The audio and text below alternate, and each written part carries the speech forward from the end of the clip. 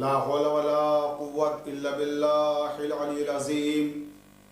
أعوذ بالله من الشيطان اللعين الرجيم. بسم الله الرحمن الرحيم.